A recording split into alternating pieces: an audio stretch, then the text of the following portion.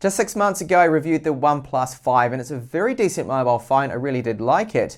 And now we have the 5T that I've been using now for the last week. So if you're unaware that this mobile really is just a tweaked version, and OnePlus didn't really add a lot to really entice buyers to sell their OnePlus 5 and get the OnePlus 5T, I see no reason whatsoever to do that unless you must have this 2:1 aspect ratio screen.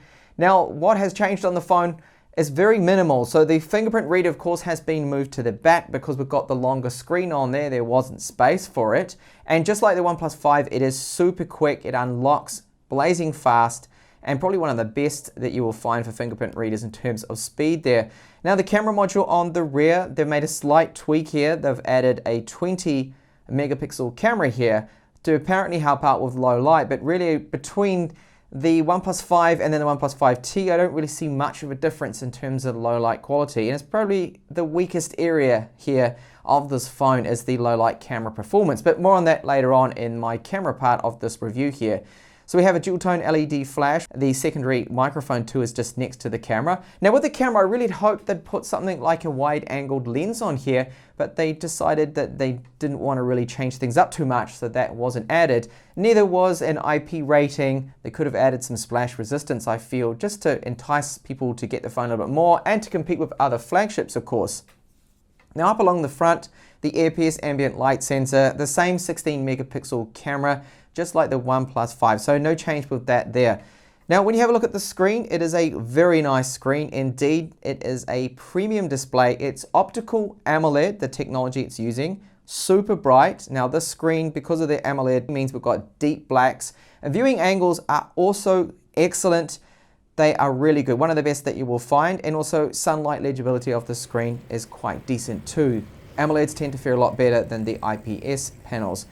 Now on the left hand side we have the alert slider. I really do like this. I wish more mobile phones had this. It means you don't even need to look at the phone to put it into silent mode or back into general mode. You can even do it in your pocket. You can put your hand in your pocket and flip it into silent mode if you happen to be in a meeting or something, which is really great. The volume buttons below that, they are really good. They're made out of metal.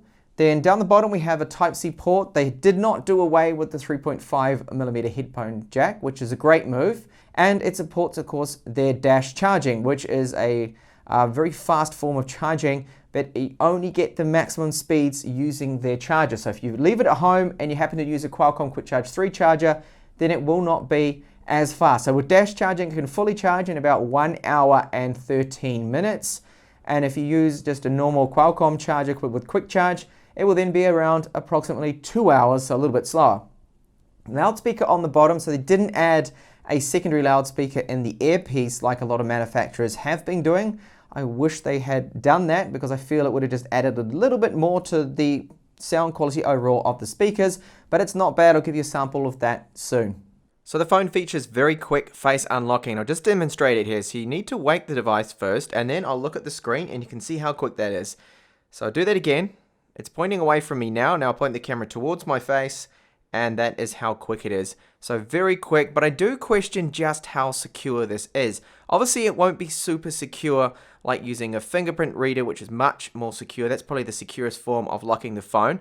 Now sometimes in lower light it will struggle a little bit and there is a bit of a delay. And if it's very dark and dim, you will have to use your PIN number. So by far, for me, the best part of this phone is the ROM. It is very light. You don't get any bloatware really, you just get a couple of tiny little apps on there. You get a few Google apps as well that maybe some of them you could consider as bloat, but it is really light compared to other manufacturers like Samsung that tend to cram a lot of junk on there.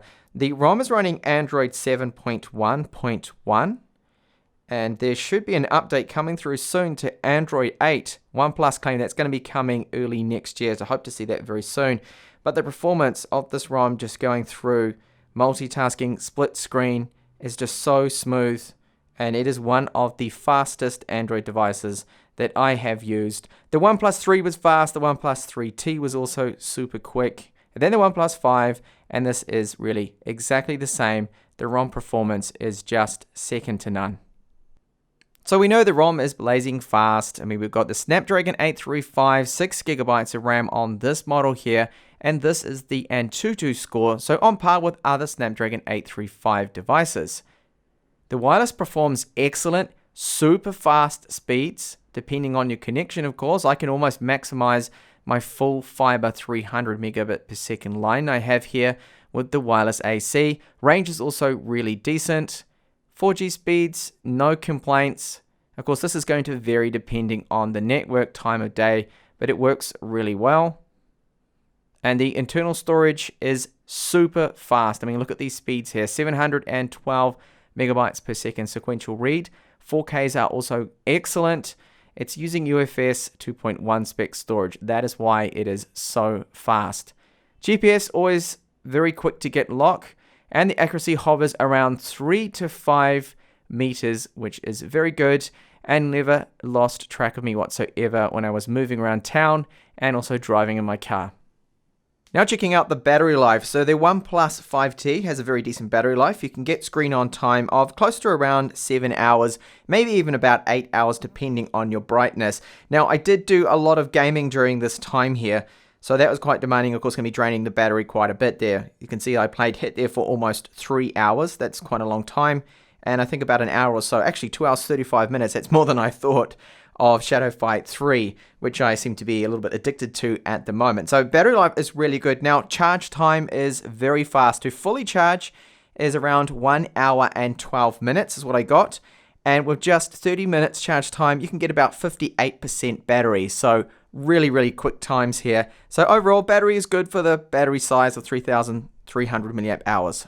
So we've got one loudspeaker down the bottom, and I don't have any real complaints with it. I wish they'd gone with dual loudspeakers, but for a single loudspeaker, it's not bad. I'll give you a sample of it.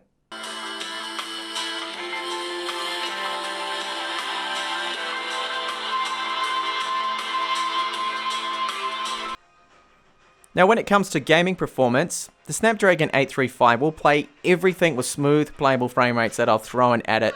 Really decent performance. And newer titles like this Shadow Fight 3 here will play in the 18:9 aspect ratio, and they look great. Now on to the cameras. Have they improved over the OnePlus 5? Well, OnePlus claimed that they have improved the cameras.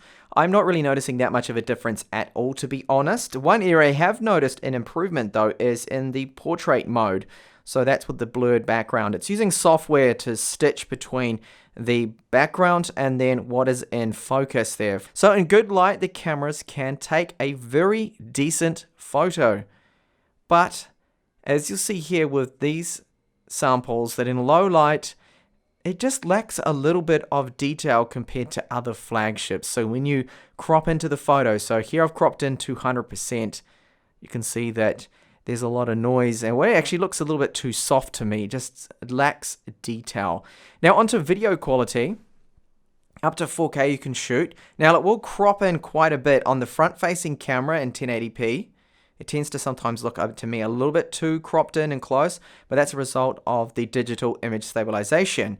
But you see here with the 4K footage that it is very steady.